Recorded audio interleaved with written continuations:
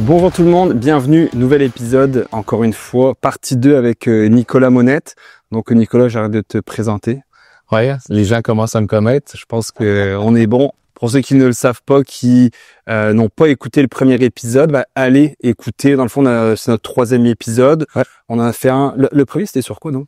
c'était vraiment plus sur la retraite avec quelques astuces là, sur les finances personnelles, la fiscalité, des particuliers. Ouais.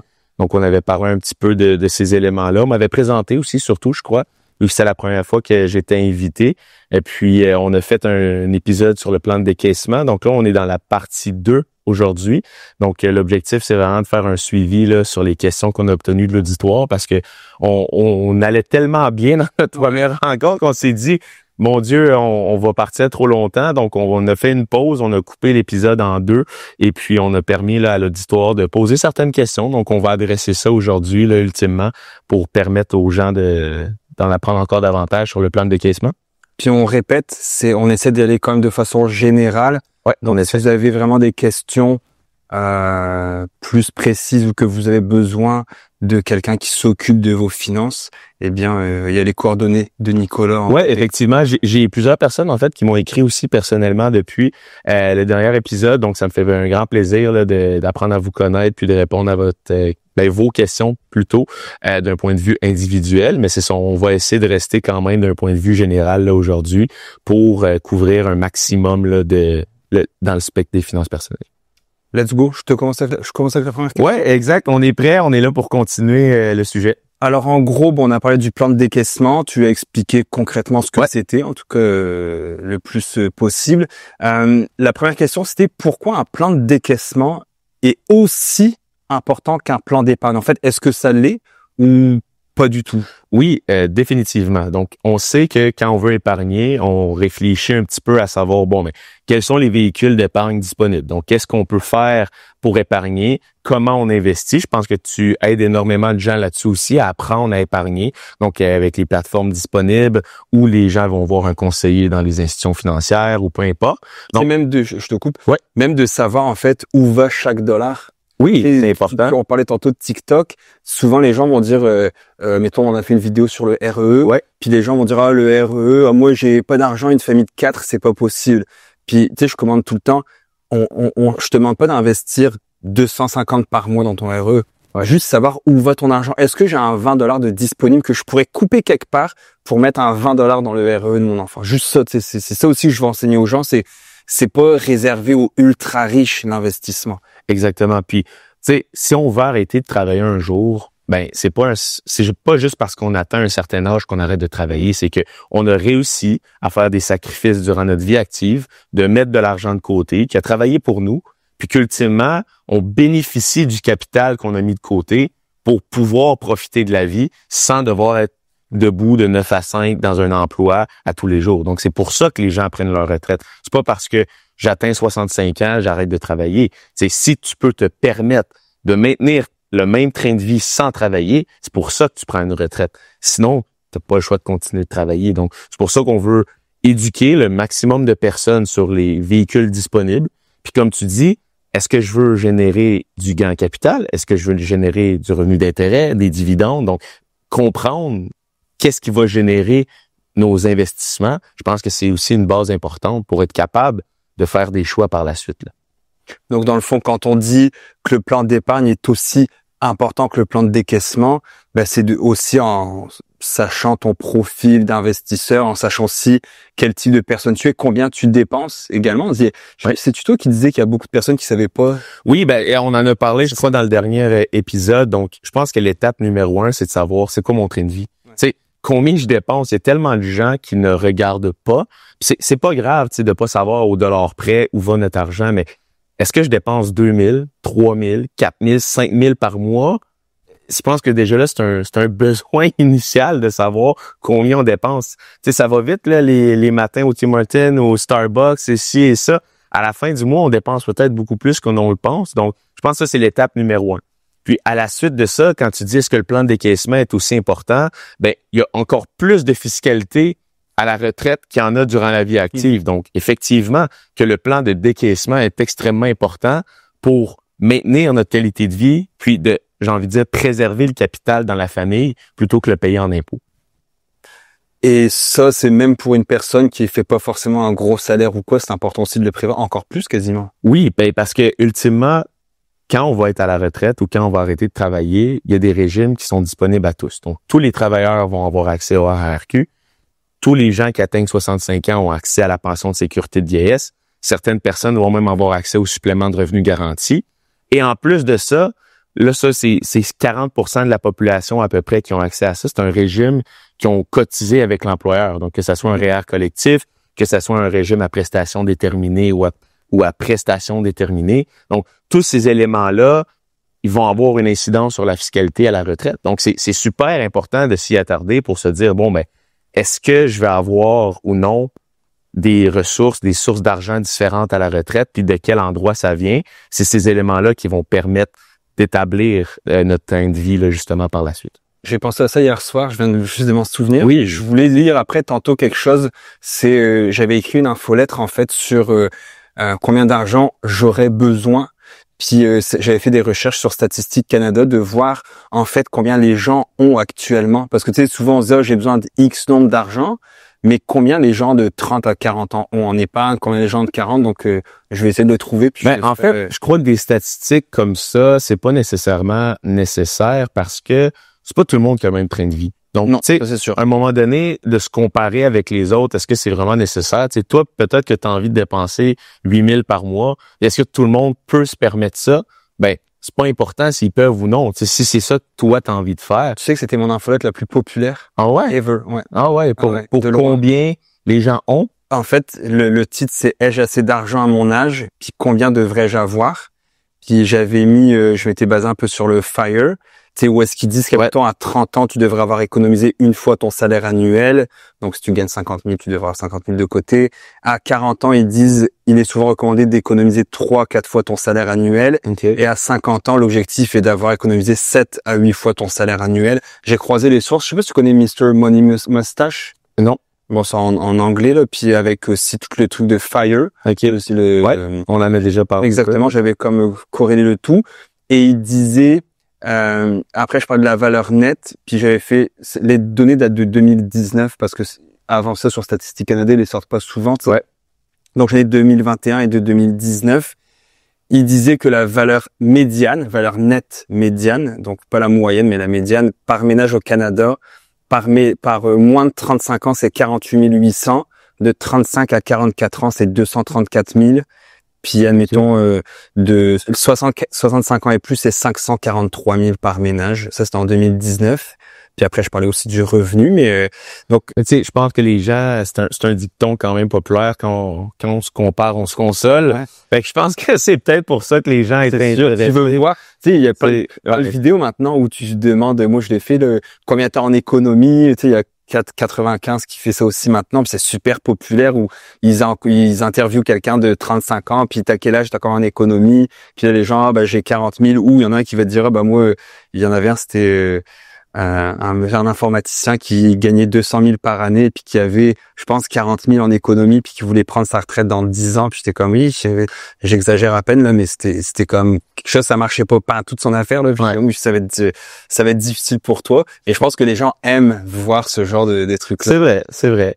Ben, c'est ça. Donc, pour revenir au sujet du décaissement, je pense que l'ordre du décaissement ou quelle source de revenus on va avoir à la retraite, puis de la manière qu'on le décaisse, je pense que c'est ultimement très important. Et là, tu viens de parler d'ordre. Ben, de la manière. Justement, parce qu'il y a une question, c'est, y a-t-il un ordre optimal pour décaisser? Donc, admettons, REER, CELI, épargne personnelle, RRQ. Ouais. Y a-t-il un ordre là-dessus? Ben, en fait, je pense qu'on en avait glissé un mot la dernière fois dans l'autre épisode. Puis, ce qui est important de comprendre, c'est que à la retraite, on veut essayer de comprendre ou prévoir quels seront nos revenus imposables. Puis quand on est en mesure de dire quels sont mes revenus imposables à la retraite, ben où on va chercher l'argent pour maintenir le mode de vie, ben c'est avec ces données-là qu'on travaille. Donc, si on sait qu'on a un REER, ben on l'avait dit, le REER est imposable au retrait. Donc, ça, on l'avait déjà expliqué.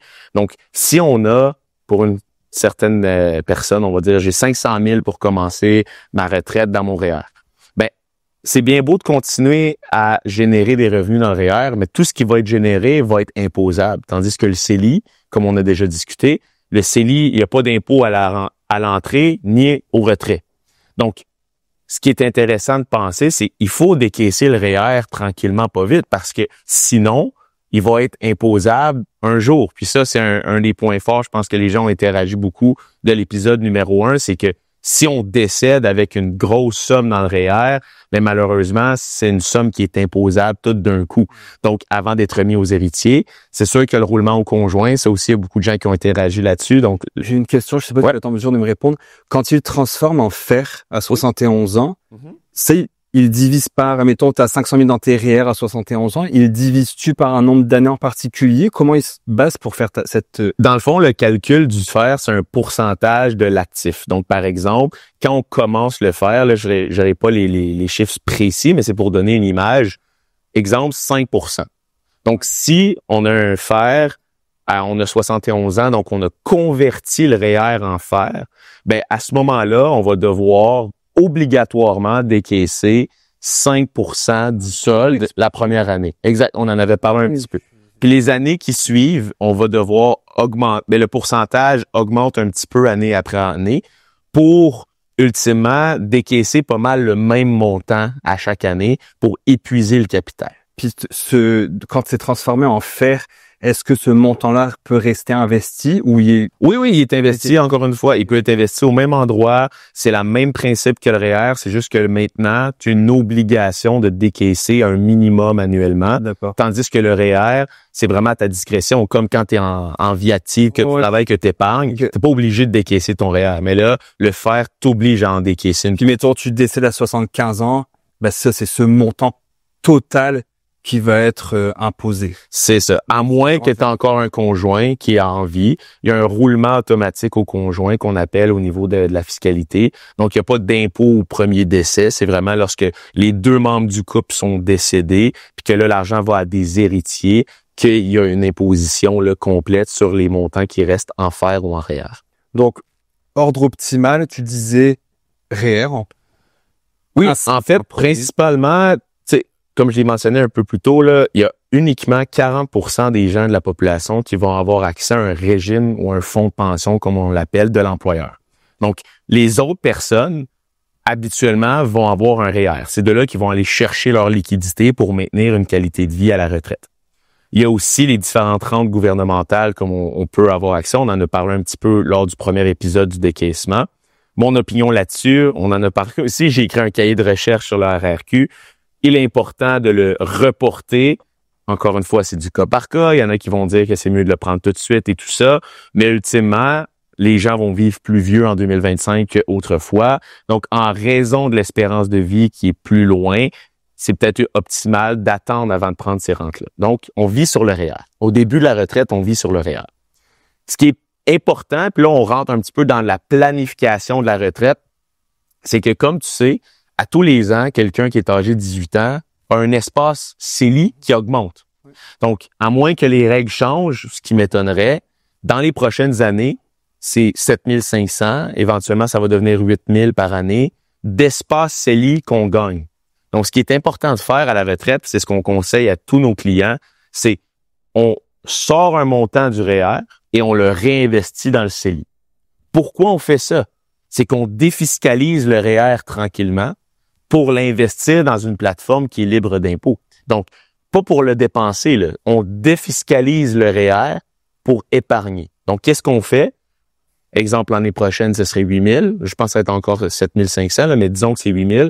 On décaisse 8 000 $ du REER et on le place dans le CELI.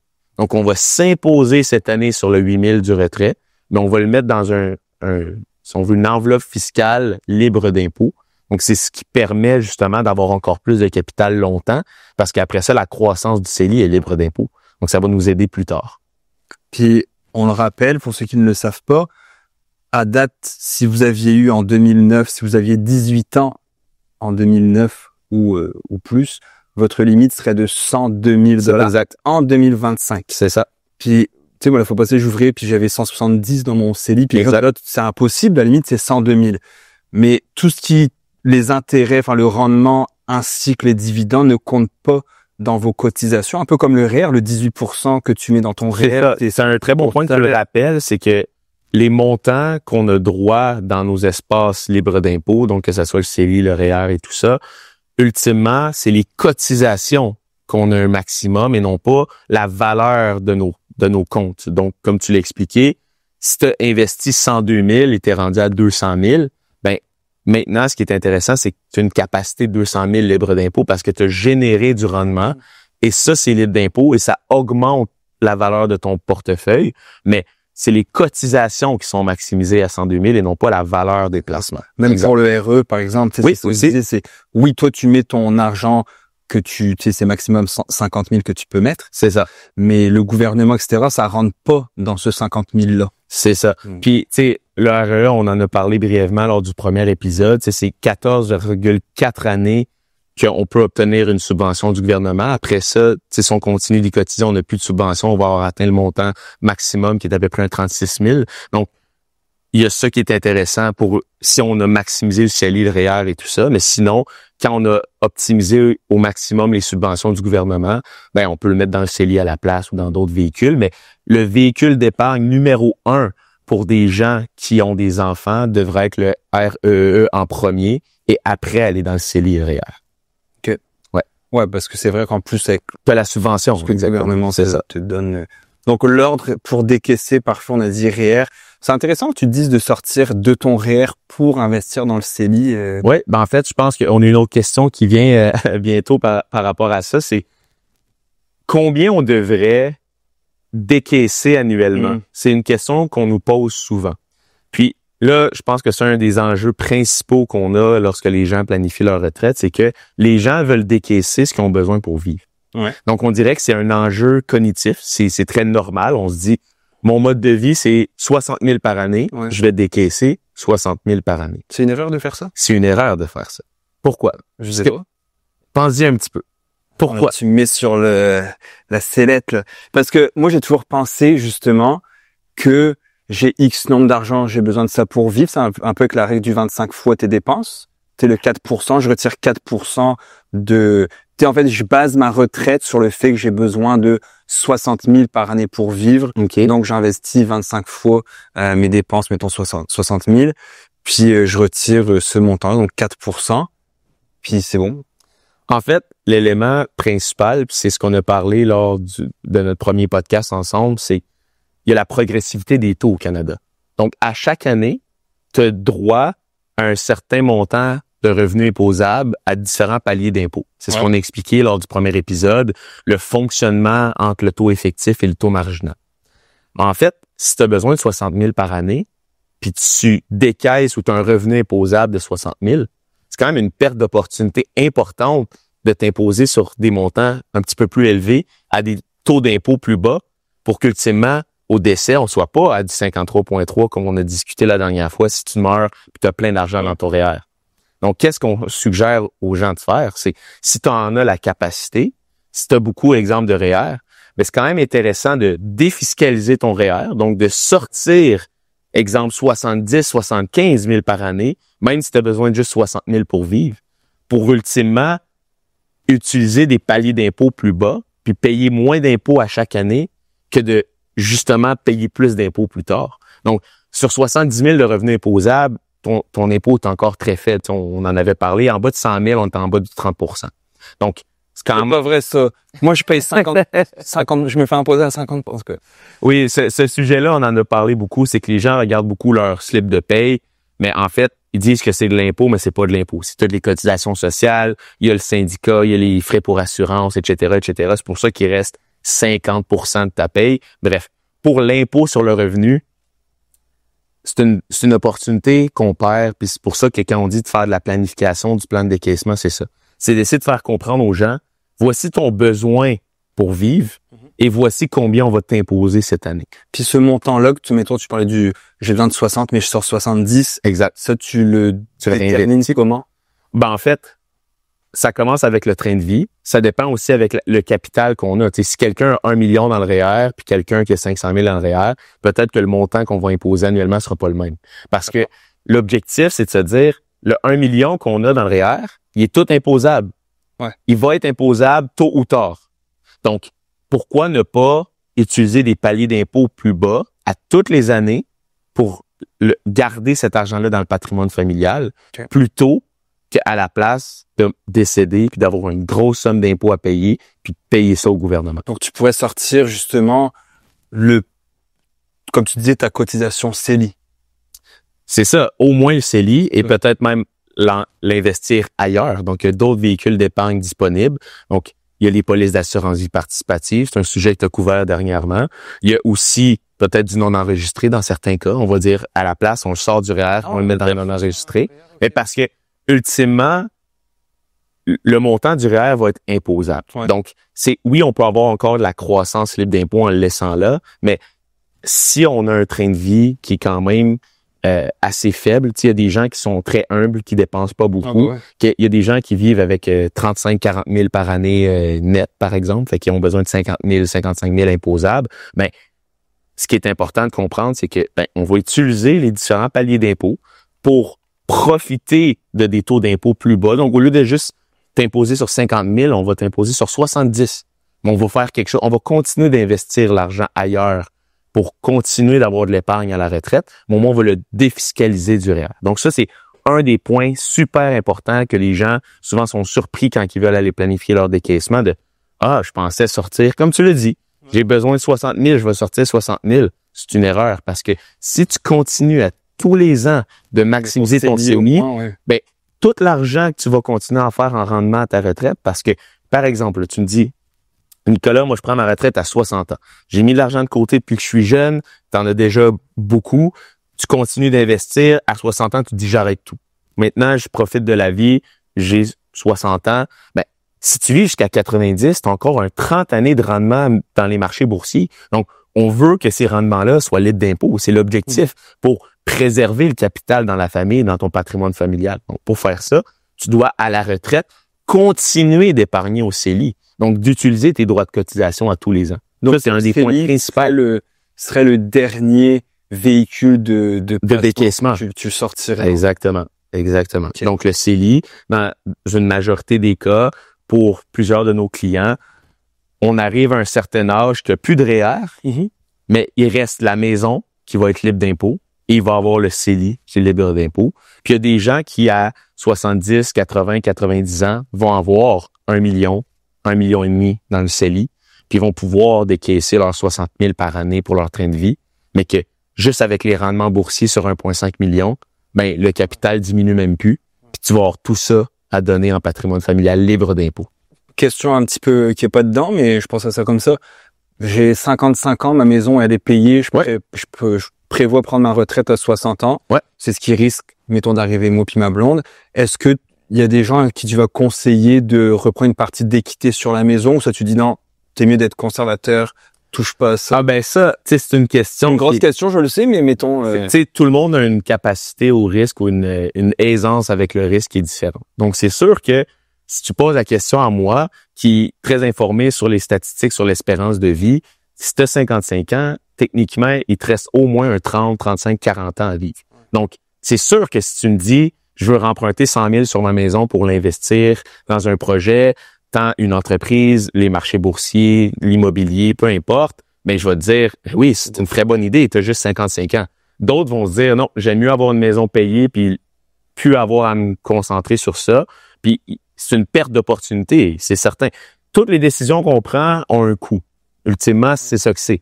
Mais est-ce que ça t'achète une paix d'esprit, que tu es confortable, tu dors sur tes deux oreilles la nuit, puis t'as pas d'enjeu financier. Comme ça aussi, ça a un prix. La maison vaut 1 million, est-ce que je vais remprunter 800 000? Non, c'est ça. Je prendrais peut-être pas 80 %, mais qu'est-ce qui dit que tu prendrais pas un 20 %? Tu prends 200 000, t'investis ça, tu fais plus de rendement que sur ce que tu as à payer. Je pense que aussi, c'est pas une mauvaise idée. C'est quelque chose qu'on fait quand même de manière courante. Mais encore une fois, ça dépend à quel point les gens ont des objectifs derrière ça. T'sais, investir pour investir, selon moi, c'est intéressant quand on a un but. T'sais, des gens se disent « Ah, moi, je veux atteindre 2 millions de patrimoine familial pour ma succession, pour mes héritiers. » Mais OK, quelle mesure on va prendre pour atteindre ton objectif? Donc là, c'est beaucoup plus motivant de travailler avec les différents véhicules disponibles pour atteindre nos objectifs que t'as pas d'objectif précis, tu es à la retraite, tu as suffisamment pour maintenir ton train de vie. Est-ce que tu vas aller refinancer la maison pour refinancer la maison? Ben, des fois oui, des fois non, mais comme je vous dis, ça dépendra des objectifs de chacun. Est-ce qu'il y a est-ce qu'il y a des pièges, est-ce qu'il y a des erreurs? C'est quoi les pièges les plus courants que toi tu vois lors d'un décaissement, des clients qui ont fait ça par eux-mêmes, puis finalement ils disent bon, je vais aller voir un pro. Est-ce que tu vois des choses qui ont pas de sens du tout? Ben, à mon avis, à moi, une des erreurs importantes, c'est les gens qui vont réclamer leur rente gouvernementale sans en parler avec un spécialiste. Selon moi, ça, c'est l'erreur la plus importante. Donc, tout le monde, je le répète, tout le monde au Québec devrait aller consulter un spécialiste avant de commencer sa retraite. Ah bah oui. Peu importe votre statut matrimonial, l'épargne que vous avez réussi à accumuler, est-ce que vous avez un fonds de pension de l'employé et de l'employeur, tout ça, peu importe le contexte, d'aller voir un spécialiste avant d'opérer des choix, selon moi, c'est primordial. Pourquoi? Ben parce que c'est des choix qui sont irréversibles. Donc, si on fait le choix, je vais prendre mes rentes gouvernementales aujourd'hui, on les commence, 5 ans plus tard, OK, là, on a besoin d'un professionnel, on va aller voir un conseiller, puis c'était pas la meilleure décision pour toi. Too bad, so sad. Too bad, so sad. C'est triste, hein, quand même. Donc, puis je pense que c'est le message le plus fort qu'on veut véhiculer ensemble, c'est l'éducation financière, c'est la base. Moi, ça m'a frappé, hein, tu sais, quand au deuxième épisode, je pense, quand tu as vraiment dit, ou peut-être au premier, peu importe, quand tu as vraiment parlé du RRQ, puis que c'était tu sais justement 36% que de perte tu le prenais à 60 ans, puis que si tu avais un bonus si tu attendais jusqu'à 71 ans, enfin, en tout cas chaque année après tes 65 ans. Puis j'ai pris l'épisode qui n'était pas encore sorti, puis je l'ai envoyé comme à ma famille pour dire hey, écoutez ça. Et je disais à ma blonde, je ne comprends pas comment on n'est pas plus au courant, au moins de cette mesure-là. Je te parle pas de tout justement, tu sais, les CELI, les REER, les CELIAP. Il y a beaucoup de choses à couvrir. Mais ça, cette décision, qui, comme tu l'as dit, est irréversible, je comprends pas qu'il n'y ait pas pour vrai, là, qu'à 55, 60 ans, tu reçoives pas un courriel, peut-être qu'on le reçoit finalement, en t'expliquant les choix que tu vas faire, les incidences que ça peut avoir, qu'il n'y ait pas des flash infos à la télé, ou à la radio pour dire, ou qui est aussi bête que ça, que le gouvernement, qui n'y ait pas quelque chose où est-ce qu'on puisse aller rencontrer un conseiller. Je sais pas, est-ce que les gens ont peur d'aller rencontrer un conseiller? C'est une excellente question, puis c'est un des éléments les principaux sur lesquels le cahier de recherche que j'ai fait porte, c'est les biais cognitifs à l'arrivée de la retraite. Donc les gens, au Québec surtout, je crois, on a un malaise avec l'argent. On est inconfortable avec l'argent parce que ça nous rend on se sent coupable. Donc, ça culpabilise nos actions qu'on a fait depuis tant d'années qu'on essaie de pas penser. Donc, monsieur, madame, tout le monde qui dépense trop, là, qui dépense plus que leur train de vie, qui met pas d'épargne de côté, ben, ils ont pas le malaise au day-to-day. Mais quand arrive le temps de parler de leurs finances, de parler de la retraite, mais c'est là que le malaise se fait sentir de je sais, j'ai pas été assez. C'est une gêne que les gens sont. Je crois qu'il y a une gêne et un malaise, effectivement, de parler de son plan de retraite parce qu'il y a des gens qui en ont pas suffisamment, puis ça les rend inconfortables. Un point important que tu as dit, c'est d'essayer d'informer la population, puis je vais lever mon chapeau à Retraite Québec parce que Retraite Québec, de plus en plus, essaie d'être impliqué sur les réseaux sociaux, sur des plateformes différentes que les médiums, si on veut, courants, parce qu'ils veulent s'adapter à la réalité d'aujourd'hui. Et ils ont même republié mon article, donc mon cahier de recherche, sur ce sujet-là, en encourageant les gens à reporter la rente. Et j'ai aimé ce message-là. Ils ont aussi fait une publication qui a fait jaser beaucoup sur le fait que les rentes gouvernementales devraient être un plancher, donc un tremplin social pour aider à la retraite et ne devraient pas être la seule source de revenus des gens à la retraite. C'est combien qu'ils disaient 30% que ça couvrait, 25%? Ben, en fait, là, je veux pas m'avancer parce que ça dépend du train de vie de tous et chacun. Fait que je dirais pas de pourcentage, mais le fait que Retraite Québec ont véhiculé le message que c'est un minimum pour aider la population à la retraite, mais ce n'est pas censé être la seule source de revenus à la retraite. Pour moi, j'ai vraiment aimé qu'ils ont véhiculé ce message-là parce que peut-être que des gens pensent encore que je vais être correct, j'ai mes rentes qui vont rentrer un jour, puis je vais vivre là-dessus. Donc, le coût de la vie a augmenté, le coût de la vie coûte cher. Si quelqu'un se fie uniquement aux rentes gouvernementales pour ne plus travailler, malheureusement, la qualité de vie va être assez faible. Donc, il faut encourager la population à épargner lorsqu'ils travaillent. Je pense que c'est le message principal qu'on essaie de donner depuis le début. Tu sais, on explique le fonctionnement, mais ultimement, on encourage les gens à épargner à chaque mois parce que c'est un cadeau qu'ils vont se donner pour plus tard. Il y a eu beaucoup de commentaires sur les petites capsules qu'on fait. Oui. Puis l'une des choses que moi je prône beaucoup, c'est l'équilibre. Oui. Puis c'est souvent on va mettre les choses en opposition. Je sais pas si tu as remarqué la grosse opposition quand tu parles de REER, CELI, investissement, retraite, c'est je veux profiter maintenant et pas profiter quand je vais être à la retraite, quand je serai plus en santé. Et en fait, moi, ce que je leur dis, c'est il n'y a pas d'opposition.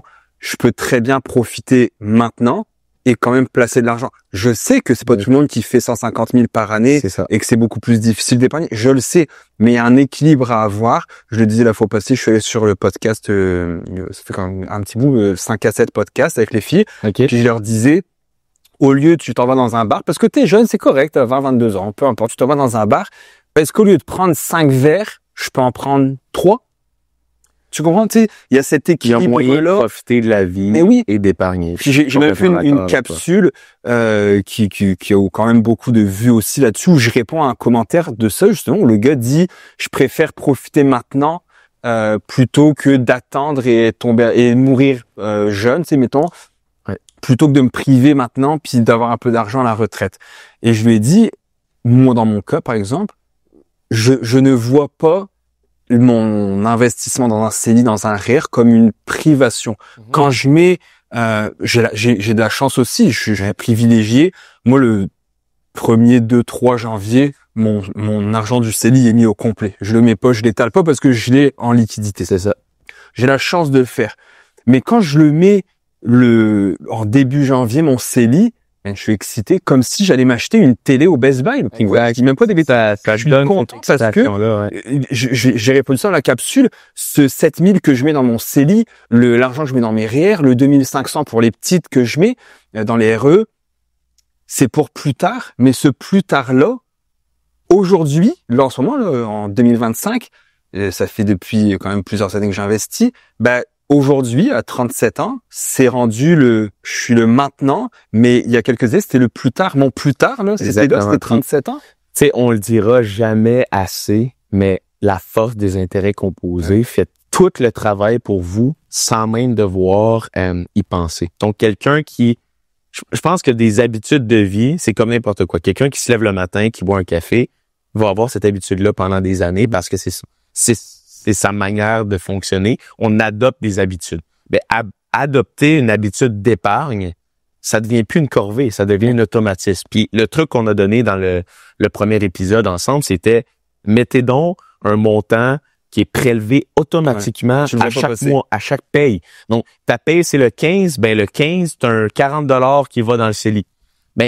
Un jour, tu vas te dire, il m'en reste, je vais augmenter mon 40 à 50, à 60. Mais le fait de commencer quelque chose, c'est déjà la première étape pour cette liberté financière-là parce que c'est une habitude de vie. Donc, de mettre de l'argent de côté automatiquement, c'est, je crois, une des meilleures façons de commencer à épargner.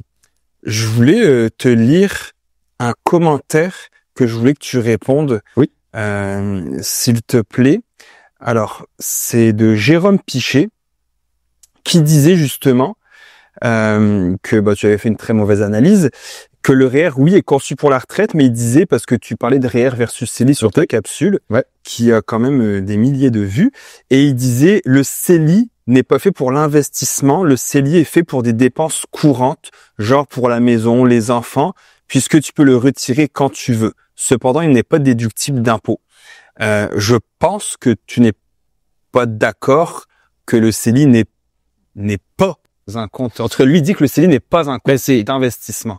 Je sais pas l'âge de la personne, c'est certain que c'est ça. Quand tu es jeune, c'est effectivement une bonne manière de mettre de l'argent de côté qui génère au moins quelque chose, puis de le retirer lorsqu'on a des besoins. Parce que veux pas, le mode de vie est plus difficile quand tu es jeune parce que tu essaies d'acheter ta première propriété, c'est pour ça que le CELI n'a pas vu le jour. Il y a plusieurs dépenses qui sont courantes, donc on essaie justement on a un revenu souvent un peu plus faible parce qu'on est en début de carrière, que ça va augmenter au fil du temps. Donc, ce qu'il dit n'est pas faux. Le REER est quand même une belle manière de mettre de l'argent de côté pour plus tard parce qu'on ne va pas le décaisser. Donc, quand on met un 1000 $ dans le REER à 25 ans, c'est pas dans l'objectif de le ressortir tout de suite, c'est de le laisser là puis qu'on va bénéficier de ce 1000 $ là dans peut-être 40 ans. Donc ça, c'est effectivement vrai. Le CELI, ça a on dirait une maniabilité beaucoup plus facile. Donc, on peut y cotiser, on fait un peu de rendement. L'année d'après, on veut acheter des meubles pour la maison. Je vais prendre l'argent du CELI. Ça, c'est correct, c'est vrai. Mais ultimement, ce qu'on parlait tantôt, les gens qui arrivent à la retraite, souvent ont un CELI plein, donc avec le 102 000, et ont généré des rendements au fil du temps. Et ça devient le véhicule, si on veut, principal des retraités, comme on l'a expliqué au début de l'épisode, que de décaisser à toutes les années du REER pour réinvestir le 7 000, le 8 000 de plus de cotisations disponibles dans le CELI, pour ultimement, à chacune des années de la retraite, tu as presque un 7-8 000 de plus. Si tu es à la retraite pendant 30-35 ans avant de décéder, tu vas recotiser 30 ou 35 fois le 7-8 000 de disponible par année parce qu'on prend cet argent-là du REER. Donc, c'est sûr que c'est un véhicule d'épargne pour la retraite aussi. Moi, ce que je voulais répondre, j'avais commencé la vidéo hier parce que je réponds aux commentaires maintenant. Okay. En guise d'éducation. Et je poste, oui, je suppose, tu sais, les machines à popcorn. Ok, ouais. Que tu as un dôme là, puis tu mets tes trucs, ça tourne avec un peu d'huile. Je voulais un peu imager ça pour dire, c'est comme si on avait notre machine à popcorn, tout ça c'est notre CELI. Donc c'est notre véhicule d'investissement.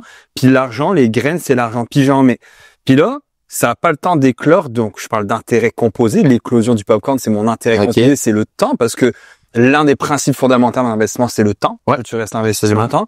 Puis je disais que si tu t'en sers justement pour les dépenses de la maison, etc., en tout cas, moi, je n'ai jamais sorti $1 de mon CELI.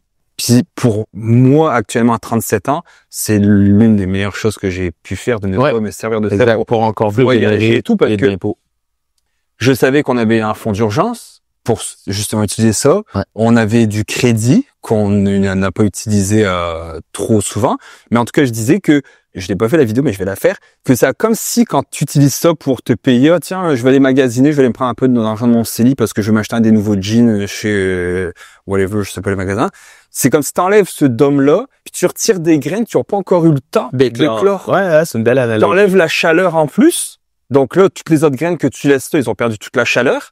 Là, tu remets ton dôme. Le temps que ça refasse, t'en as encore un petit peu besoin. Donc, tu l'ouvres encore à nouveau. Tu reprends des graines, mais là, t'en mets des nouvelles qui ont peu. Donc, je disais, pour moi, si je pouvais donner un conseil à un plus jeune, ton CELI, là, est un fonds d'urgence, parce que je pense que les gens, souvent, avec les fonds d'urgence, n'en ont pas, puis c'est pour ça qu'ils font beaucoup appel au crédit. Ouais, c'est vrai. Ce qui est dangereux, hein, quand tu sais pas t'en servir des cartes de crédit.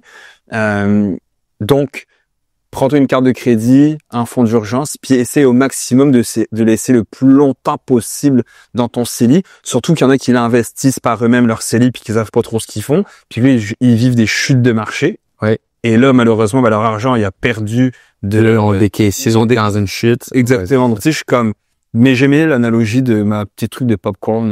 Ben, c'est ça. C'est plus pour pas nécessairement détruire le commentaire de Jérôme qui avait commenté. Tu sais, effectivement, tu sais, il y a des gens qui vont en avoir de besoin, puis c'est normal en début de vie active, quand on commence à travailler, que on n'a pas nécessairement les liquidités disponibles pour le train de vie.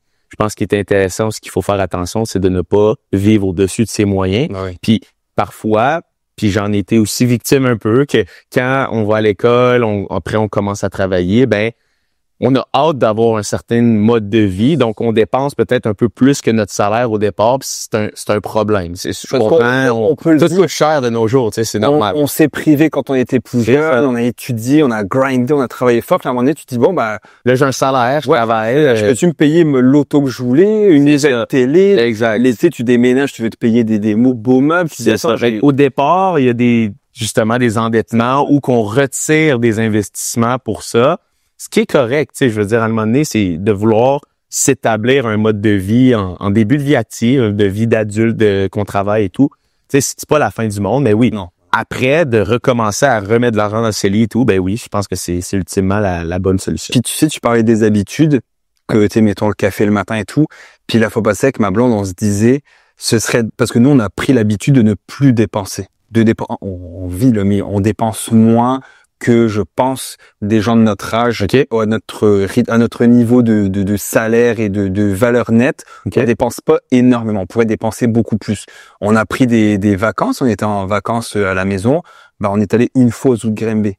On n'a pas fait de folie, etc. Mais en même temps, on a la maison pour rester à la maison avec la piscine, etc. Mais c'est ce que même Blonde, elle me disait, heureusement qu'à chaque jour, elle se dit pas, elle est en congé maternité. Ah bon, on s'en va au promenade Saint-Bruno, on va aller au 10-30, elle fait pas ça. Puis elle dit heureusement parce que elle prendrait vite le goût encore à dépenser. Quand on était plus jeune, on l'a fait. Nous, on n'avait rien à faire le samedi, on allait au promenade Saint-Bruno, puis on va se créer des besoins, on va aller au Costis. Mais c'est ça aussi, je pense, c'est la faut que jeunesse se fasse. Mais comme tu disais, j'ai bien aimé ça. Les habitudes, faut y faire attention parce que une fois que tu commences à faire ce genre de truc-là, c'est très compliqué d'arrêter puis de se freiner soi-même, surtout quand t'es un adulte, puis tu te convaincs toi-même, là, je travaille fort, je peux pas me le mériter, c'est ça, je le mérite. Ouais. Y a-tu d'autres choses? Il y avait d'autres choses, mais on a parlé un peu. Je peux te les lire en rafale, puis tu peux commenter si tu veux, mais je pense que tu y as répondu. Comment optimiser fiscalement ses retraits à la retraite? Oui. Tu as quand même répondu avec d'autres choses. Il y a un autre élément, je pense, qui est important aussi, puis ça, c'est une autre astuce de planification financière, c'est quand on réfléchit au profil de l'investisseur. Ça, encore une fois, c'est un peu la magie là, de l'optimisation de la fiscalité.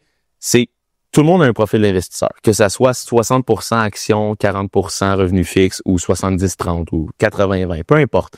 Mais d'utiliser notre profil de risque dans les différents véhicules d'épargne, je pense que c'est là que toute la magie se passe. On en avait parlé un petit peu. C'est que si on sait que le REER va coûter de l'impôt, parce que si on génère la croissance libre d'impôt, on va devoir s'imposer au retrait REER, le CELI non. Mais c'est important de mettre notre croissance en action dans le CELI et de mettre nos revenus fixes dans le REER. Donc, on ralentit la croissance du REER à la retraite parce que si on met tout notre risque dans le REER puis qu'on a une très grande croissance, ça veut dire que tu t'imposes sur plus. Versus quelqu'un qui dit, moi, je suis 60-40 et je vais mettre mon 60% dans mes CELI puis mon 40% dans mes REER. Donc, mes revenus fixes vont être encore une fois pas imposables parce que c'est dans du REER, mais je vais grandir moins mon REER, tandis que mon CELI, lui, va exploser plus. Il va avoir plus d'intérêts composés parce que mon risque en action est là. Mais ultimement, ça te rend plus riche parce que tu le payes pas en impôts puis ça reste dans le patrimoine familial. Ça, c'est une stratégie importante. Je dévie rapidement parce que tu parles beaucoup d'investissement boursier depuis aussi l'épisode. Il y a beaucoup de personnes qui tirent la sonnette d'alarme sur justement l'investissement en bourse, qu'on est dans une bulle, puis que ça va exploser, puis que quand tu regardes le P/E ratio de certains gros indices, super trop élevé, surévalué, que c'est les top 5, top 10 de certains indices qui les draguent vers le haut parce que les autres ne font pas de rendement. Est-ce que l'Institut de la planification financière au Québec, est-ce qu'eux aussi ont ce genre de discours-là? Est-ce qu'ils ont ralenti les rendements ou est-ce qu'on fait les projections financières ou toi, comment tu vois ça? Dans le fond, les profils d'investisseurs, effectivement, les rendements boursiers estimés ont diminué un petit peu. Donc, on est un petit peu plus conservateur. Ouais, ultimement, je pense que tu suis beaucoup la bourse depuis, exemple, les années 70. Tu as fait ton éducation historique et comment se passent les rendements boursiers. Je pense que même si, effectivement, il va peut-être avoir une baisse éventuellement, ça finit toujours par remonter plus. Fait que, 10 ans plus tard, les indices boursiers sont tous plus hauts qu'il y a 10 ans. Fait que, oui, il va peut-être avoir des fluctuations, mais encore une fois, je pense que les marchés boursiers, c'est un véhicule d'épargne qui a fait ses preuves, puis qu'il y a moyen d'être plus sécuritaire. Puis encore une fois, on conseille souvent aux gens d'être diversifiés, donc de pas être, exemple, 100% dans le marché américain, d'avoir des marchés émergents, des marchés européens, du marché canadien. 100% crypto. D'être justement diversifié permet d'avoir une certaine sécurité versus les fluctuations. Puis, veux pas, c'est une manière que au moins on combat l'inflation parce que il y a des gens qui ont peur de perdre du capital, mais si tu laisses ton argent dans ton compte chèque ben, l'année d'après, tu es plus pauvre de 2%, 3%, et ainsi de suite, parce que le coût de la vie augmente. Donc, si tu ne génères rien du tout parce que c'est dans ton compte chèque, mais ton 50 000, l'année d'après, il vaut plus 50 000, il en vaut moins. Donc, c'est pour ça que c'est important quand même de générer un minimum de rendement.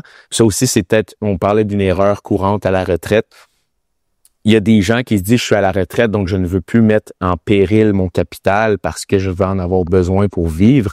Donc, plusieurs décident ou ont une mentalité de j'ai presque 100% de revenus fixes ou j'ai 80% de revenus fixes.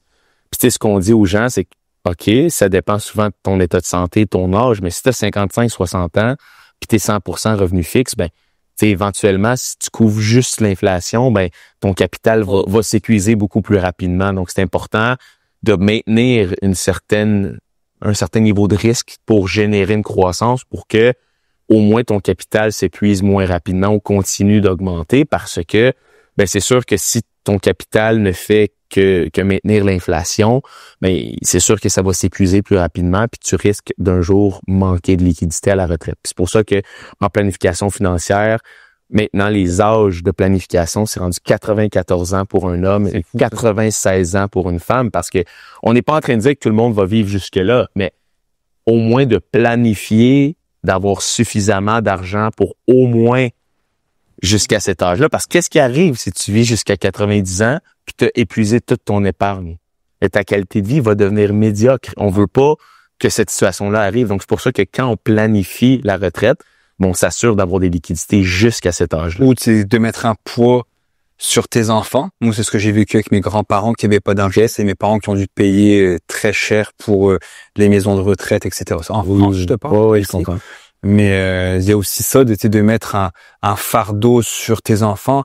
Ça devrait être l'inverse. En tout cas, moi, je me fais lyncher, pas par tout le monde, mais quand je parle que je mets de l'argent de côté pour mes filles, les gens, il y a des commentaires, c'est non, moi je mets rien du tout, ils se débrouilleront comme moi j'ai fait, je me suis débrouillé tout seul, puis je suis comme, voyons, on a un outil qui est le REEE, qui est comme un outil magique. Je t'ai pas demandé de le remplir, mais au moins un petit peu. Mais il y en a qui sont vraiment contre ça. Peu importe. Puis l'autre chose aussi, par rapport, tu parlais de revenus fixes et actions. La fois passée, je parlais avec une personne qui me disait, oui, mais imagine, je veux prendre ma retraite, puis à ce moment-là, il y a une chute des marchés. Je lui ai dit, ouais, mais est-ce que quand tu prends ta retraite à 65 ans, tu décaisses 100% de ton patrimoine? La réponse devrait être non. Non, j'espère que non. Donc, tu sais, qu'il y ait une chute ou qu'il n'y ait pas une chute, bah oui, ça va arriver. C'est des chutes, des. C'est sûr que ça va arriver. C'est sûr que ça va remonter aussi. C'est le cycle boursier. C'est comme ça que ça fonctionne. Exact. Ouais. Donc, c'est ça. Même s'il y a une chute, tu retireras pas 100% de tes choses. Il y a un autre élément qu'on n'avait pas parlé dans le premier épisode que je voulais prendre le temps d'expliquer aujourd'hui pour ceux et celles qui ont des parents là, qui arrivent à la retraite ou à un certain âge. C'est le fractionnement de revenus. Donc, c'est un concept qui est, je l'espère, suffisamment connu des comptables qui font les déclarations d'impôts de monsieur, madame, tout le monde parce que c'est un outil très important à la retraite de fractionner le revenu, tant les revenus de pension, les revenus de rente gouvernementale, etc. Parce que, si on ne fait pas ça, on paye plus d'impôts dans un couple qu'on ne pourrait le payer. Donc, qu'est-ce que le fractionnement de revenus? C'est pas un échange d'argent concret entre deux individus, mais c'est vraiment un outil fiscal. Donc, par exemple, une personne qui a des revenus de pension, donc un REER collectif ou un RPA qu'on appelle justement prestation déterminée ou cotisation déterminée, pardon. Tantôt, j'avais dit 2 fois la même chose, je crois. On cotise durant notre vie active à un fonds de pension avec l'employeur, puis à la retraite, on le reçoit. Ces revenus de pension-là peuvent être fractionnés entre les deux conjoints. Donc, ce qui est intéressant, c'est que d'un point de vue fiscal, si, par exemple, je reçois 60 000 de pension de mon employeur, puis mon conjoint, ma conjointe, cette personne-là, a juste du REER à décaisser. Donc, décaisse un petit peu de REER. Mais d'un point de vue fiscal, on peut dire, mon 60 000, on peut jusqu'à 50% le fractionner avec l'autre. Donc, je pourrais m'imposer sur 30 000 et ma conjointe s'impose sur 30 000 aussi. Donc, qu'est-ce que ça fait? Ça permet d'utiliser la progressivité des taux parce que, on le sait, quelqu'un qui fait 70 et l'autre 30 vont payer plus d'impôts que si les deux font 50-50. Ouais. Parce que la progressivité des taux fait que si on utilise les premiers dollars au maximum dans le couple, ben on va payer moins d'impôts globalement que si on fait un gagne 70 et l'autre gagne 30, on va en payer un petit peu plus. Donc, ça, c'est une stratégie très importante, d'où le pourquoi certaines personnes cotisent au REER du conjoint. Je sais pas si j'imagine tu connais ce principe-là. Donc, moi, je cotise au REER du conjoint. C'est moi qui ai la déduction, mais c'est ma conjointe qui va s'imposer sur le retrait REER plus tard. Pourquoi on ferait ça? Ben, moi, durant la vie active, par exemple, je fais 150 000 par année, puis ma conjointe en fait 50. C'est quand même moins intéressant qu'elle cotise à son propre REER parce qu'elle fait 50 000. Donc, si elle a une diminution de son revenu imposable, à 50 000, c'est déjà des taux très intéressants. Tandis que moi, si je fais 150 000 par année, ben je commence à avoir des paliers d'impôts plus élevés. Donc, si c'est moi qui cotise au REER de ma conjointe, c'est moi qui réduis mon impôt. Donc, je sauve de l'impôt maintenant. Et ma conjointe à la retraite, quand elle va retirer son REER, ben on a trouvé une façon de fractionner nos revenus de couple pour qu'elle s'impose à la retraite, sur exemple, un retrait REER de 50. Moi, je retire 50 à la retraite aussi. Ça nous donne 100 000 à deux de revenus imposables à la retraite. Mais encore une fois, on utilise les paliers d'impôt plus bas et on est plus riche dans la famille que si on le paye en impôt. Donc, tout ça, c'est des éléments que les gens peut-être ne pensent pas ou sont pas au courant. Puis c'est correct, on n'est pas là pour dire aux gens, vos connaissances financières ne sont pas suffisantes. Mais on fait tout le temps l'analogie. Tu as un problème de plomberie. Tu vas-tu l'essayer de le réparer toi-même ou tu vas appeler un plombier? La majorité des gens vont appeler un plombier. Tu as un problème d'électricité ou tu veux mettre un nouveau panneau parce que tu as une voiture électrique. Tu vas-tu mon cousin Jean-Marc Jean-Marc, il va-tu venir poser ton panneau ou tu vas payer un électricien? Ah, mais il a vu ça sur YouTube, ça devrait OK, bon, ben c'est ça. Ben, tu sais, c'est le même principe. Nous, on a ces connaissances-là. Tu sais, il y a des gens qui disent que je sais pas ce que je fais ou ce que je dis. J'enseigne, cette année, je vais enseigner 9 cours à l'université, dans 3 universités différentes. Je suis MBA, CPA, MFIT. Donc, j'ai les connaissances, j'essaie de les vulgariser le mieux possible. En plus.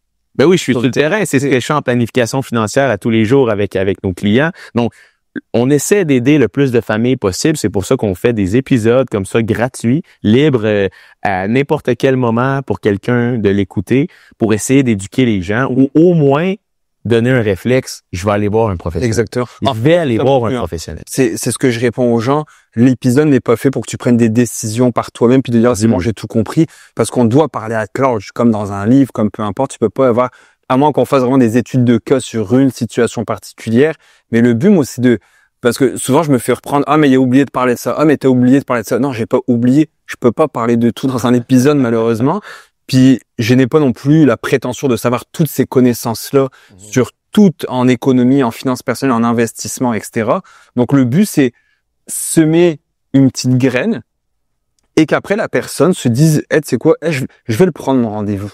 Je vais prendre un rendez-vous. Moi, je fais des consultations aussi, puis ça va bien. Je pense qu'il y a comme Mila, elle a pris une consultation avec toi. Ouais, c'est vrai, Mila m'a écrit, effectivement. Joe aussi, qui est un gars qui m'écrit souvent. Ouais, c'est exact. Bon, moi, c'est ça mon but. Le reste, après, moi, c'est out there, c'est sur YouTube, Spotify. Je vois beaucoup de, je sais pas si j'ai dit dans l'épisode ou tantôt, il y a beaucoup de partage parce que je vois les gens partagent l'information, leurs amis et leur famille. Exact. Moi, je l'ai partagé à ma mère, le premier ou deuxième épisode, je l'ai partagé à ma sœur, j'en parle à ma blonde. Hey, partage ça à tes parents, ça peut être intéressant parce que nous, notre génération, nos parents sont en train de préparer leur retraite. C'est ça. Sont en train de se préparer au Je crois que les réseaux sociaux ont aidé énormément à l'éducation des gens parce que les gens utilisent les réseaux à bon escient, dans le sens que les gens ont des intérêts différents. Il y en a qui aiment des émissions de cuisine, des émissions. Tu sais, les gens apprennent par eux-mêmes beaucoup plus qu'avant.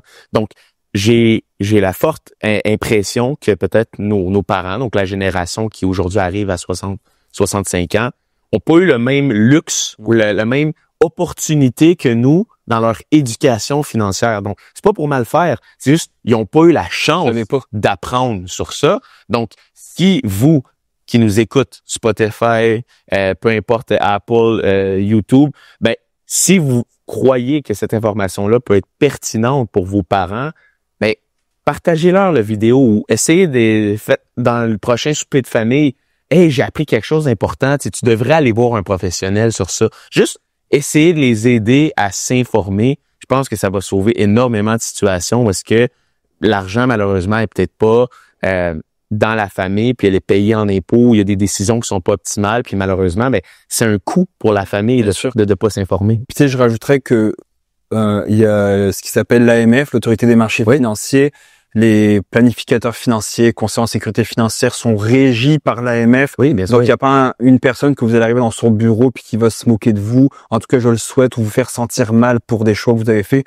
Au contraire, je pense que j'ai eu un message, le nom m'échappe, d'une personne qui m'a écrit là, cette semaine pour me dire merci, j'ai commencé à économiser, etc. Puis tu sais, je lui ai répondu avec un vocal pour dire, tu sais, des fois, je me dis, pourquoi je continue à faire ça, louer le studio et prendre mon temps pour faire ça. Je suis comme, je pourrais tellement faire d'autres choses, mais ce genre de message-là me fait comme, je suis content parce que je sais que j'ai aidé du monde dans mes dernières années avec les finances personnelles, même si les gens m'écrivent pas tout le temps pour me le dire, mais je le sais que j'ai déclenché certaines bonnes habitudes en investissement chez le monde.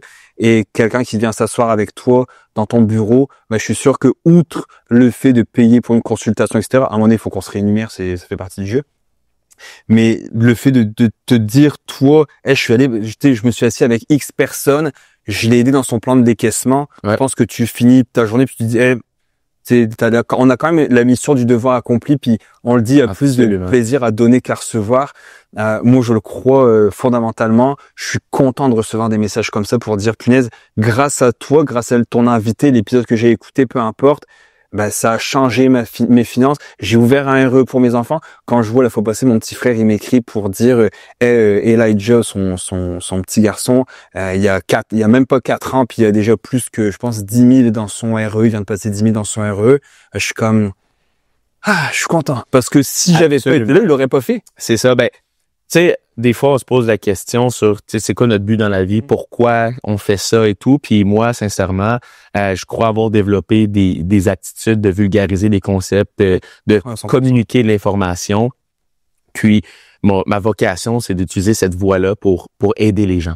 Donc, pourquoi j'enseigne à l'université? Tu sais, cette année, je vais avoir peut-être, je vais mettre un chiffre comme ça parce que j'essaie de voir les NEFCO. Peut-être il y a 500 humains que je vais avoir enseigner pendant des cours de 45 heures de l'information financière que je transmets. Je transmets mes connaissances à des gens qui sont là, qui veulent apprendre, puis que je fais une différence. Pour moi, ça me nourrit intérieurement tellement. Puis comme l'épisode qu'on fait aujourd'hui ou les autres qu'on a fait ensemble, on n'est pas rémunéré ici, là, on fait ça parce que on a cette voix intérieure qui nous dit on veut aider les gens, on veut transmettre ces connaissances-là pour justement aider. Et ultimement, pourquoi est-ce que aussi je travaille en planification financière, c'est que, comme tu dis, le sentiment d'avoir accompli quelque chose, je l'ai à tous les jours parce que quand j'aide des familles puis qui me disent hey, merci, je comprends mieux maintenant, ou je me sens beaucoup plus léger parce que j'ai plus cette anxiété-là avec mes finances parce que maintenant je les comprends mieux, je me sens bien encadré, bien accompagné, ça fait toute la différence. Puis comme tu dis, l'autorité des marchés financiers, tu sais, si vous êtes inquiet pour vos parents puis vous dites est-ce que la personne est légitime, on peut aller chercher les noms des gens sur l'autorité des marchés financiers ou encore une fois, de nos jours, assurez-vous que la personne qui est de vos parents ne demande pas fais-moi un virement direct à moi personnellement. Tout est en vidéo commis, tout est dans une fiducie. L'argent est pris du compte chèque des gens pour être investi directement dans l'institution financière. C'est sécurisé, c'est fait pour être, si on veut, convivial. Donc, c'est important d'en parler. Je pense que c'est comme n'importe quel tabou. Plus on en parle, moins c'est un tabou. Donc, c'est pour ça qu'on est là. Puis moins il y a de scam parce que les gens sont de plus en plus au courant justement de se laisser embarquer dans des plans d'argent rapide ou d'argent garanti, ce genre de trucs-là. Moi, j'ai un faux compte TikTok à mon nom. Okay. Il y a un R, je pense, à Boucoras. Puis, il essaye de vendre de la crypto à du monde sur TikTok. Sauf que moi, je peux pas le signaler sur TikTok parce qu'il m'a bloqué. Ou elle m'a bloqué. Donc, il y a des gens qui m'écrivaient, j'ai reçu un message de toi comme quoi fallait te faire un virement pour de la crypto. Ça arrivera pas. Ça arrivera zéro. Si vous me faites un virement, c'est parce qu'on s'est parlé face à face puis que je vous ai envoyé une facture. Parce que sinon, ça existe pas.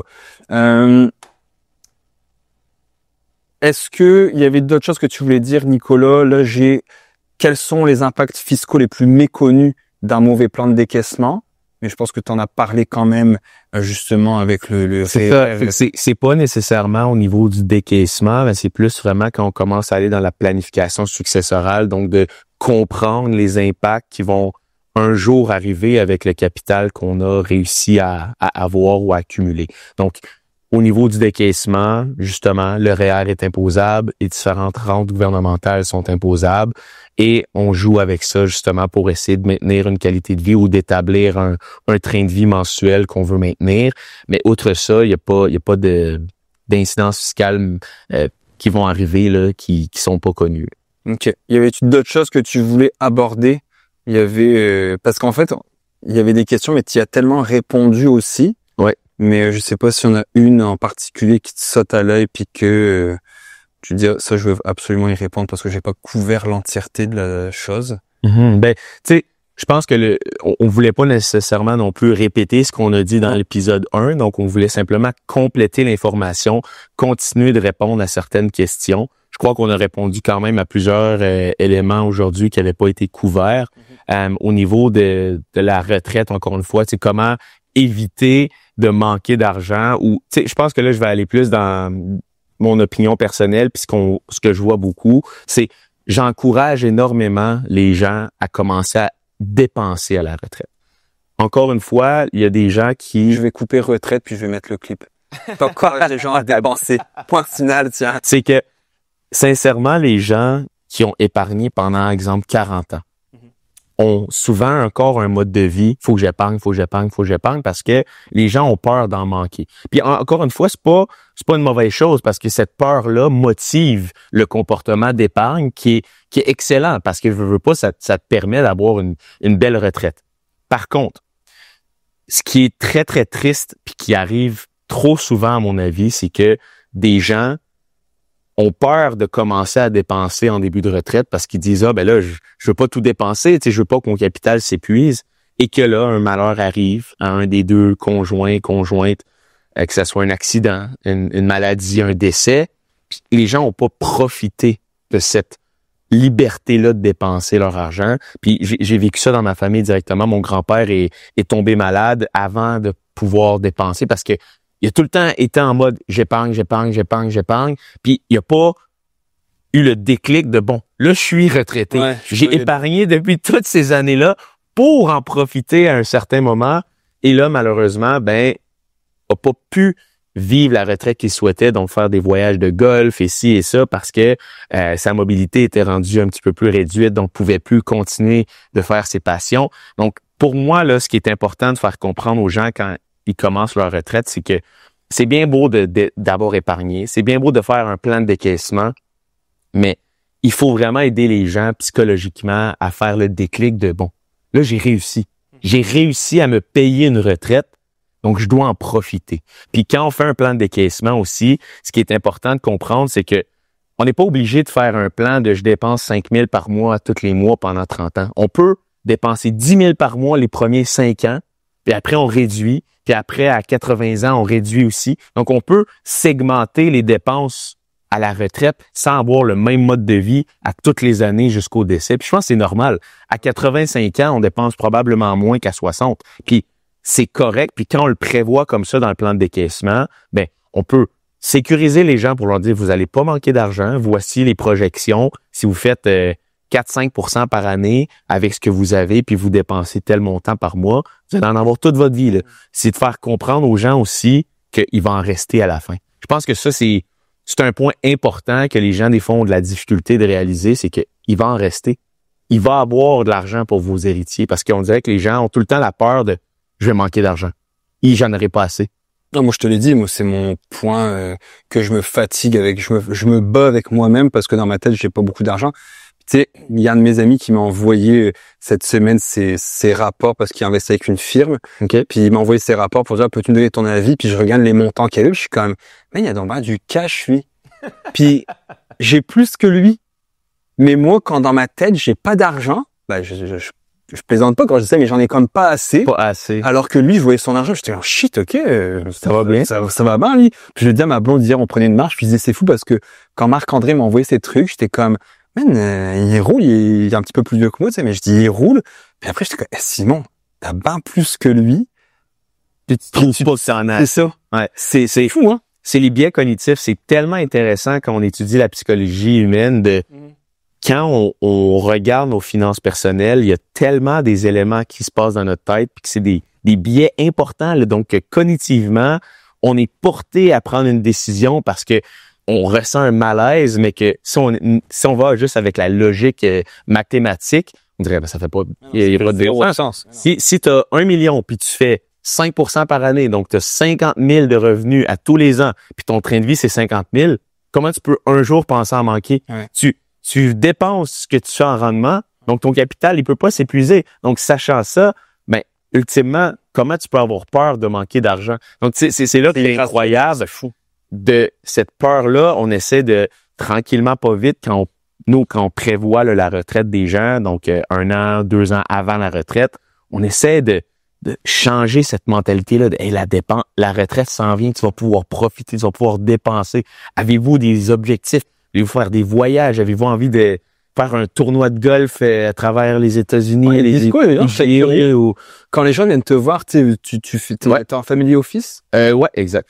Donc, c'est quand même des gens qui ont un bon train de vie, mais est-ce qu'il y a des gens qui ont cette anxiété-là ou je suis tout seul? Tout le monde a cette anxiété-là au départ de est-ce que j'en ai assez? Là, on monte la mathématique de bon, voici ton capital, voici ton mode de vie espéré. Mais ça, c'est des gens de quel âge à peu près? C'est-tu de tous âges qui viennent? Ben, ça dépend, tu sais, oui, on accompagne des gens qui sont dans la vie active aussi, des gens de 30 ans, là, donc c'est pas uniquement des gens qui ont 60 ans, mais je veux dire, il y en a qui, par exemple, ont 60 ans puis ils veulent prendre leur retraite à 62. Fait qu'on se dit, bon, mais la retraite, c'est dans 2 ans. Donc, tu sais, la retraite, c'est pas juste planifier les finances, mais c'est planifier ce qu'on fait de son temps parce que pour la première fois depuis ta tendre enfance, tu peux faire ce que tu veux quand tu te lèves le matin. Là. Pas juste, t'es samedi tous les jours. T'as des enfants, donc tu peux pas le samedi. C'est bien quand t'es occupé. Fait que t'es samedi tous les jours. Donc là, qu'est-ce que tu as envie de faire? Donc, on essaie de motiver les gens à se trouver des objectifs de retraite. Donc, j'ai une passion pour la peinture, je vais prendre des cours, je vais aller en Italie apprendre des cours de cuisine pour faire mes propres pâtes. Ou peu importe ce que tu as envie de faire, ben ultimement, on essaie de motiver les gens à avoir des buts. Ces buts-là, souvent, entraînent une dépense, mais on se dit, mais au moins, tu fais quelque chose qui te passionne. Puis, tu sais, il y en a là on a un client, il fait du kitesurf là, partout dans le monde, puis il apprend des techniques, puis il fait des trucs acrobatiques. Il a 65 ans. Puis tu sais, tu te dis, wow, il est actif. Et c'est pas, j'ai 65 ans, je suis à la maison, je regarde la télé. C'est le temps d'en profiter parce que tu vas peut-être devoir faire ça à 80 ans. Donc, je parlais il faut profiter. Avec Mila, justement. OK, ouais. Parce que je sais plus ce qu'elle a partagé. Ah oui, elle disait que son but c'était d'être à la retraite puis d'être actif. Je pense que c'était ça un peu sa story. Okay. J'ai répondu que moi à l'époque, je m'entraînais avec un gars qui s'appelait Serge. Il avait 60 ans. Moi j'en avais peut-être 30 à l'époque. Il a commencé en même temps que moi le jiu-jitsu. Tu sais, le jiu-jitsu c'est un sport qui est rough quand même. Ouais, c'est très physique. Tu te rentres, c'est 2 hommes ou femmes, peu importe, qui se rentrent dedans. C'est force contre force. Tu tombes, etc. Serge, il est rendu à quoi maintenant? 65 ans. Il s'entraîne encore. Il est fort comme un bœuf, alors que c'était un gars qui travaillait dans un bureau, mais on aurait dit qu'il avait une force comme s'il avait été sur les chantiers de construction toute sa vie. Mais Serge, il laissait pas sa place, même avec des petits jeunes de 25-30 ans, là. Puis moi, c'était un peu mon exemple. Je me disais, c'est cool de voir qu'un mec, je te parle pas qui fait du sport, de la pétanque, ou du bowling. Ouais. Le mec, il fait des combats. Il passe ses ceintures, il est rendu ceinture mauve en jiu-jitsu. Mais c'est après noir, ouais. Après c'est brune, après c'est noir. Ben, pour moi, c'est inspirant. Le gars que tu me dis qu'il fait du kitesurf, je suis comme... Parce que quand tu regardes beaucoup de commentaires, à 65 ans, les gens, ils pensent que tu te laisses là, comme ça, quand je me bébé. Non, pas tout. Moi, j'en connais plein de monde qui sont super actifs. C'est ça la beauté de la santé. Dans le sens que peut-être qu'il y a 40, 50 ans, à 60 ans, t'étais magané, puis la fin approchait, mais plus maintenant. Puis c'est ça qui est inspirant, c'est de aider les gens à atteindre une liberté financière, qu'ils ont suffisamment de capital investi pour pouvoir vivre de leur épargne. Donc, leur épargne génère suffisamment de rendement pour maintenir la qualité de vie qu'ils souhaitent faire. Donc, ils n'ont plus à aller travailler, se lever tous les matins et faire ce qu'ils ont envie de faire. Tu sais, c'est ça le but, si on veut. On travaille parce que, je l'espère, on fait quelque chose qu'on aime. Donc, on travaille, on a du plaisir durant la vie active, on a une famille, peu importe. Mais qu'ultimement, on a tellement été intelligent avec notre argent que là, on peut ne plus travailler et profiter de la vie. Puis moi, c'est un truc que je veux que les gens s'enlèvent de la tête, là, c'est de penser qu'à 60 ans, t'es crapoute, puis que... Oui, c'est mon voisin à côté, Daniel, il est en retraite depuis plusieurs années, puis sa femme, elle est tombée en retraite l'année passée. OK. Tous les jours, je les vois, ils prennent des marches, ils font du vélo. La fois passée, on les a vus, ils partent en moto, se balader tous les deux. Ils déneigent, puis nous, on a des grands grands pieds, ouais. Ben, il déneige lui au complexe, ça souffleuse, il est avec son weed eater à côté, il vient me voir, il s'occupe de sa piscine, il vient me voir quand j'ai besoin. La fois passée, j'avais des besoins pour ma piscine. Il est venu m'aider avec les trucs. Quand il y a besoin, c'est moi qui vais l'aider. Il y a un gros garage, là, comme atelier. Il bricole, il retape des trucs. Lui, il vit sa best life, Daniel, là. C'est inspirant de voir ça, de dire, hey, on a aidé des gens concrètement dans leur vie pour qu'ils soient en mesure de profiter puis de faire ce qu'ils ont envie de faire. Daniel, encore une fois, je prends mon voisin qui est juste à côté.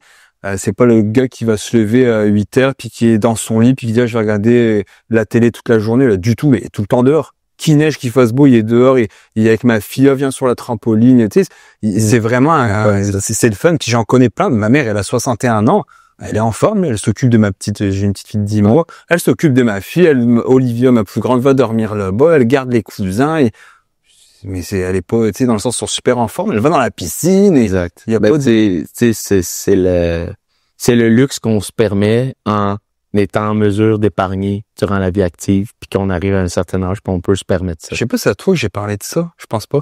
Il y a une statistique qui dit que si tu passes 1 heure, le ratio de je passe 1 heure à prendre soin de ma santé, marcher, courir, aller au gym, jouer au tennis, peu importe ce que tu veux, ce 1 heure-là que tu perds, en prenant soin de ta santé, mais tu le perds pas du tout. En fait, tu récupères 1 heure et demie de ta vie plus tard. Donc, en fait, même si tu investis 1 heure de ton temps à perdre au gym, bah, tu récupères 1 heure et demie plus tard. Et c'est ultra corrélé, là, d'être en santé puis de mourir plus vieux. Exactement. Même si tu meurs, t'es en santé, tu sais, t'es pas passionnant, là, qui sont pas en santé puis que, justement, 65 ans, peuvent plus marcher, ils ont des gros problèmes parce que ils ont pas pris soin de leur santé, mais moi, c'est un truc que je prône beaucoup, puis je pense que toi aussi, t'es il y a un mode de vie à une dish, puis tu cours beaucoup, là, Donc, je pense que prendre soin de nous au niveau, parce qu'on parle beaucoup de santé mentale, on parle de santé physique, mais il y a la santé financière aussi. Tu sais, ces 3 santé-là, je pense qu'il faut vraiment en prendre soin, puis investir là-dedans, que ce soit dans justement santé mentale, santé physique, faire du sport,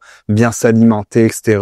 Puis santé financière, commencer tôt, même si c'est petit à petit. Puis quelqu'un qui nous écoute là, qui est pas en forme, qui a jamais couru de sa vie, je t'ai pas demandé de courir un marathon, peut-être va marcher 1 kilomètre. Exact. Après, commencer avec la marche rapide. Tu sais, ma mère, elle se promène au parc Michel Chartrand, je pense, à Longueuil, là, le parc régional.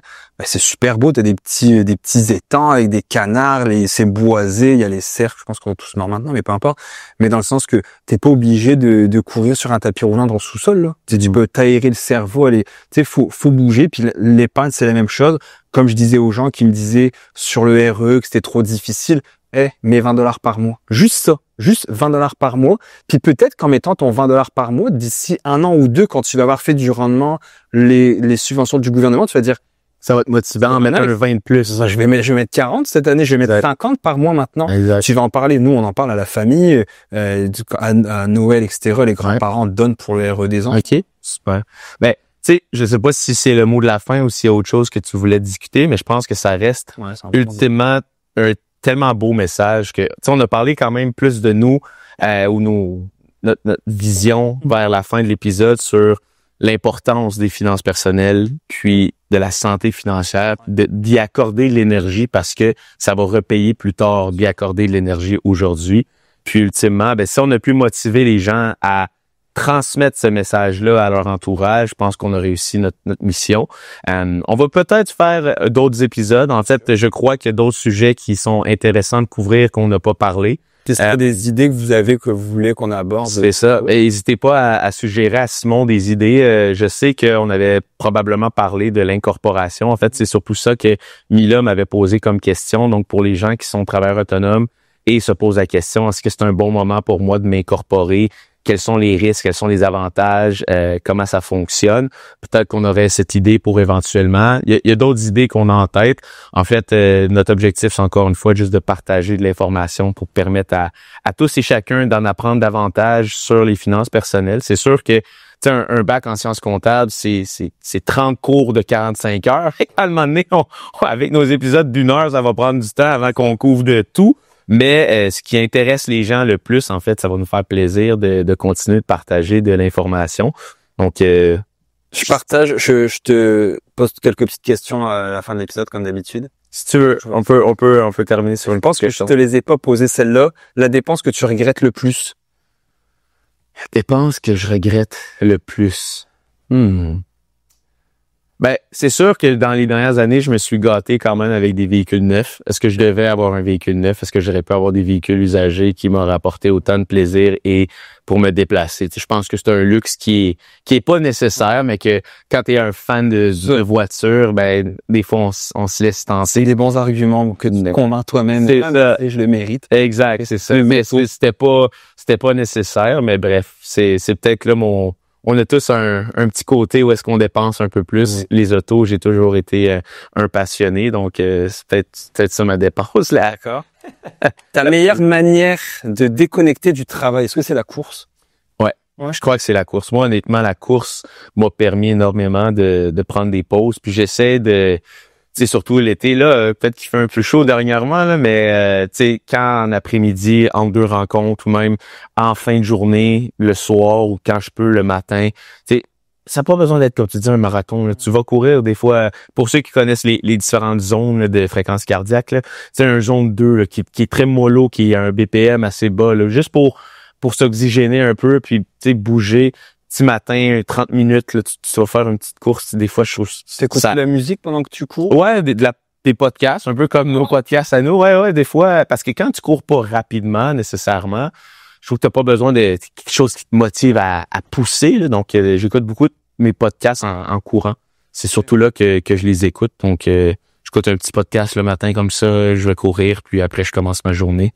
Donc, ça m'aide à décrocher beaucoup. Est-ce que tu as un talent caché ou un passe-temps surprenant que peu connaissent, histoire de mieux connaître Nicolas? Est-ce que j'ai un talent caché? Honnêtement, c'est une bonne question. Je ne pas. Ben, honnêtement, je suis la cuisine. Est-ce que tu nous fais des bons steaks Ben oui, j'aime le barbecue. Pour vrai, je pense que je m'améliore. Shout-out à Simon Bourgeois, qui est un des très bons amis, qui m'a motivé à faire plus de cuisine puis de barbecue. Donc, moi, je vais prendre un cours. Ah ouais, hein? Ouais. Pour apprendre à mieux cuisiner. Les steaks. Moi, j'ai été végé pendant 6-7 ans, 5-6 ans. Ok. 2017 à 2024. Quand même. Ouais. Puis j'ai jamais voulu que ça devienne une religion ou tu sais des dogmes, genre non, c'est non, tu peux pas faire ça. Puis je me suis toujours dit, quand j'ai envie d'en manger, j'en mange. J'en avais pas envie. J'ai recommencé à en intégrer, mais j'avais jamais vraiment mangé un bon steak. Tu sais, quand t'es gamin, tu manges des burgers, des trucs comme ça. Ouais. Tu sais, mais puis là, je me suis dit, je vais aller m'acheter. Le premier steak que je me suis fait, là, c'était le 31 mai. Je me souviens de la date parce qu'il y avait un événement. Puis en rentrant, je suis à l'épicerie, j'étais avec Zach, puis il voulait manger. Je dis, prends-toi un steak. Là, il se prend des vieux steaks avec du poivre dessus. Non, c'est pas un vrai steak, là. Puis j'ai cuisiné ça sur le barbecue, j'étais comme, man, c'est donc ben bon. Puis depuis ce temps-là, je pense que je m'en fais genre 3-4 fois semaine, mais genre des steaks, genre 20-30 pièces le steak, là. Puis là, je suis en train de suivre des vidéos sur la cuisson, les assaisonnements, comment bien les faire. En tout cas, je suis un peu extrême quand je pars sur une idée. Là, on est là. Finalement, c'est un podcast de cuisine et on va parler d'idées. En plus, il y a même pas une caméra juste là, donc je pourrais présenter différentes pièces de steak. Tu vas aller chercher un auditoire du fait. Tu commences à faire des vidéos. Ça a l'air payant en plus, la bouffe. Ah ouais. Puis, dernière question, ton avis sur l'intelligence artificielle, est-ce que tu penses que ça peut changer ton métier? Oui, définitivement. Je pense qu'il y a beaucoup de choses qui commencent à être automatisées, même pour, j'ai envie de dire, tout ce qui est les marchés boursiers, la création des portefeuilles d'investissement, puis la régularisation des portefeuilles, donc quand vendre, quand acheter. Moi, je pense que ça va faciliter en plus l'investissement dans l'optique que les gens qui sont moins à l'aise de faire confiance à un individu pour gérer leur argent, quand tu sais que tout est auto-géré, puis c'est l'intelligence artificielle qui fait ça, puis c'est plus une relation humaine avec un conseiller pour répondre aux questions, planifier, prévoir les objectifs, mais que l'argent en tant que tel est auto-géré par l'intelligence artificielle. Moi, je pense que ça va peut-être sécuriser plusieurs personnes. Donc, je pense que ça va avoir une incidence, mais ultimement, pour la planification, je pense pas que les gens sont rendus à une étape qui veulent parler à un robot pour répondre à leurs questions de « Qu'est-ce que tu aimerais faire à la retraite? » C'est une réponse d'un robot. C'est ça. Je pense que l'humain est encore très important sur la relation de confiance qu'on crée avec les gens. Mais pour l'investissement, donc les marchés, je crois que l'intelligence va avoir une plus-value sur peut-être stabiliser ou sécuriser les gens en disant bon ben c'est autogéré, tout est beau. Donc ouais. Il y a une dernière question que je vais te poser parce qu'elle me fait penser. Ça se fait plus maintenant, mais il y avait un trend à l'époque sur les réseaux sociaux. Par exemple, avec le jiu-jitsu, c'était ce que je pense que je fais, puis c'était comme t'étais au UFC, ce que ma mère pense que je fais, puis t'es comme en train de faire un coup de poing de karaté, ce que mes collègues pensent que je fais, puis là, c'est la chose que les gens pensent de ton métier, mais qui est totalement fausse. Est-ce qu'il y a quelque chose comme ça que ton entourage pense que t'es trader puis que t'es en arrière de ton écran? Ben ouais, ben ça c'est quand même un bon point dans le sens que ceux qui sont gestionnaires de portefeuille, donc qui créent et qui ajustent, si on veut, les portefeuilles de placement ou qui font du day trading versus de la planification financière, ben peut-être qu'il y a des gens à tort qui pensent que toute la journée je regarde les marchés puis que j'ai 14 écrans puis que je décide de vendre Apple puis de racheter. Je fais pas ça du tout mes journées, hein. Je vous c'est ceux qui pensent que je fais ça, c'est pas du tout ça que je fais. C'est vraiment plus la planification, le côté humain, le côté projection justement des liquidités avec des outils de planification financière et ultimement beaucoup de fiscalité. Parce que je veux pas, je suis fiscaliste de formation. C'est là-dessus que, tu sais, moi je le dis souvent aux gens, que tu mettes ton argent dans A ou dans B ou dans une couleur rouge ou une couleur bleue, au final, là, sur 30 ans, là, ça va tellement s'équilibrer. Le choix de où ton argent est placé, selon moi, c'est le niveau de risque. Combien d'actions versus combien de revenus fixes, mais où, que ça soit avec une banque ou une autre, honnêtement, je pense pas que c'est ça qui fait la différence, c'est vraiment la fiscalité. Est-ce que tu utilises les véhicules de placement disponibles par le gouvernement et finalement, lorsque tu le décaisses, est-ce que tu comprends la fiscalité? Est-ce que tu es en mesure de l'utiliser à bon escient? Encore une fois, ça, c'est une question d'éducation. C'est à ça que je sers. C'est que j'aide les gens à comprendre la fiscalité parce que pour moi, ça m'importe tellement pas quand c'est l'avantage de où est-ce que je travaille, c'est qu'avec IG Gestion de patrimoine, on n'a pas l'obligation d'investir l'argent avec un titulaire spécifique. Tu sais, j'ai des gens qui ont des investissements dans plein de types d'institutions, mais c'est moi quand même qui gère leur patrimoine familial, puis ça m'importe peu. Tu sais, choisis qui t'es à l'aise ou qui tu trouves qui est bon. Finalement, c'est pas ça qui fait la différence, c'est vraiment le suivi rigoureux, annuel, donc année après année, recotiser au CELI, maximiser les cotisations, c'est ce qui fait toute la différence. Moi, ce que je m'aperçois, c'est que à quel point l'investissement est important, mais sur le même pied d'égalité, le décaissement est important. Ouais. Parce que tu sais, les erreurs que tu nous as parlé aujourd'hui, quelqu'un qui fait les choses correctement, mettons quelqu'un qui a un bon patrimoine, hein, je parle quelqu'un qui a plusieurs centaines de milliers de dollars, arrive à la retraite, voire millions, ça va lui sauver cette fiscalité-là, cette stratégie. C'est ça qui va pas sauver le plus d'argent. C'est fou. Exactement. Ouais. Donc, merci à tous. Ben oui, c'était un plaisir encore une fois d'être ici. J'espère qu'on a répondu à vos questions. J'espère aussi. Puis, n'hésitez pas encore une fois à interagir, liker, partager, commenter. On aime ça vous lire. Puis, ça va être un plaisir pour moi de revenir faire un prochain épisode une prochaine fois. C'est parfait. Et puis, si, comme il l'a dit, si vous avez des questions, je mets les liens en commentaire pour rejoindre Nicolas. Ouais, effectivement. Écrivez-moi si vous avez des questions. N'hésitez pas. Et on se revoit bientôt. Bonne journée à tous. Merci beaucoup. Bye bye.